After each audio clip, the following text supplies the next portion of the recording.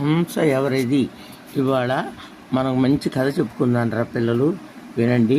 పూర్వం కపిలవస్తు నగరాన్ని శుద్ధోధనుడు అనే రాజు పరిపాలించేవాడు.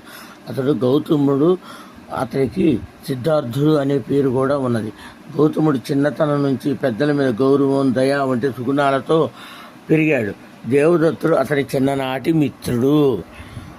ఒకనాడు వాళ్ళిద్దరూ నదీ తీరానికి పోయారు. మీరు కూడా ఆడుకోవటానికి వెళ్తారు కదా నాన్న, అట్లా వాళ్ళు కూడా ఆడుకోవటానికి వెళ్ళారు. వెళ్తే ఆకాశంలో అక్కడ పక్షులు చక్కగా ఎగురుతున్నాయి. దేవదత్తుడు చూశాడు. వాటిని వేటాడటానికి బాణంతో కుట్టాడు. అతని వేట అలవాటు దేవదత్తుడికి. దాన్ని ఎట్టాగైనా కొట్టాలని ఒక హంస కుట్టాడు. ఈ ఆకాశంలో ఎగిరేది వచ్చి పాపం గౌతముడి దగ్గర పడింది. అది బాణం హంసకు తగిలి నేల కొరిగి గౌతముడి దగ్గర పడింది. గౌతముడు జాలితో కింద పడ్డటువంటి హంసను చేతులకు తీసుకొని నెమ్మదిగా బాణం తీశాడు. పాపం నొప్పి పుట్టకుండా. ఎట్లా మనకి ముళ్ళు గుచ్చుకుంది అనుకుంటారు మీకు నాన్న? అప్పుడు అమ్మ ఏం చేస్తుంది? మెల్లిగా నెయ్యి రాసి వెచ్చజేసి ఆ ముళ్ళు తీస్తుంది కదా. అట్లాగే మన సిద్ధార్థు కూడా దాని బాణాన్ని దానికి నొప్పి పుట్టకుండా తీసి మందేసి కట్లు కట్టాడు రా కన్నా. శరీరాన్ని నిమురుతూ దానికి ఊరట కలిగించాడు. అప్పుడు దేవదత్తుడు అక్కడికి వచ్చి, ఈ హంస నాది, నేను బాణంతో కొట్టా కనుక అది నాది అన్నాడు. అది చచ్చిపోతే నీదయ్యేదయ్యా, కానీ అది బతుకుంది కదా, అది నాది అన్నాడు సిద్ధార్థుడు. అది ఎట్లా అని ఇద్దరు వాదించుకొని న్యాయాధికారి దగ్గరికి వెళ్ళారు.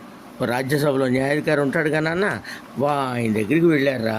ఆ న్యాయాధికారి ఏం చేశాడయ్యా అంటే, బాణం వల్ల హంస చచ్చిపోతే అది నీదయ్యేదయ్యా, కానీ అది బతికి ఉన్నది కనుక అది సిద్ధార్థుడిదేను అన్నాడు. అయితే వాళ్ళకు తృప్తి పడలేదు. అప్పుడు ఏం చేశాడయ్యా న్యాయాధికారి, హంసను తీసుకొచ్చి ఒక పళ్ళెని తెప్పించి అక్కడ నుంచోబెట్టాడు. దాన్ని ఏం చేశాడు, తీసుకొచ్చి ఇద్దరు దూరంగా వెళ్ళండి, నిలబడండి దూరంగా, దాన్ని పిలవండి అన్నాడు. అప్పుడు ఇద్దరు పిలిచారా. కానీ అది ఎవరైతే ప్రేమతో పిలుస్తారో వాళ్ళ దగ్గరికి వెళ్తుంది కదా. ఈ తీర్పుతో దేవదత్తుడు సంతోషపడలేదు. వెంటనే అట్లా పిలవమంటే ఏం చేశాడు దేవదత్తుడు, రా అని హంసను పిలిచాడు. హంస వెళ్ళలేదు. వెంటనే ఆయన ఉన్నాడు కదా సిద్ధార్థుడు, మెల్లిగా దాన్ని ప్రేమగా దయతో పిలిచాడు. అది పరిగెత్తుకుంటూ ఆయన దగ్గరికి వెళ్ళిందిరా నాన్న. వెళ్తే అప్పుడు ఆ రాజు అధికారి, న్యాయాధికారి అందరూ పెద్దలు ఏమన్నారు, ఇది సిద్ధార్థుడిదే, ఇది నీది కాదు, వెళ్ళిపో అన్నారు. కనుక పిల్లలు మనం ఏం తెలుసుకోవాలి కథ నుంచి నీతి అంటే, దేన్నైనా ఎవరినైనా ఏ ప్రాణినైనా హింస చెయ్యకూడదు, మనం ప్రేమ దయ కలిగి ఉండాలి అన్నది ఈ కథ యొక్క నీతిరా నాన్నలు.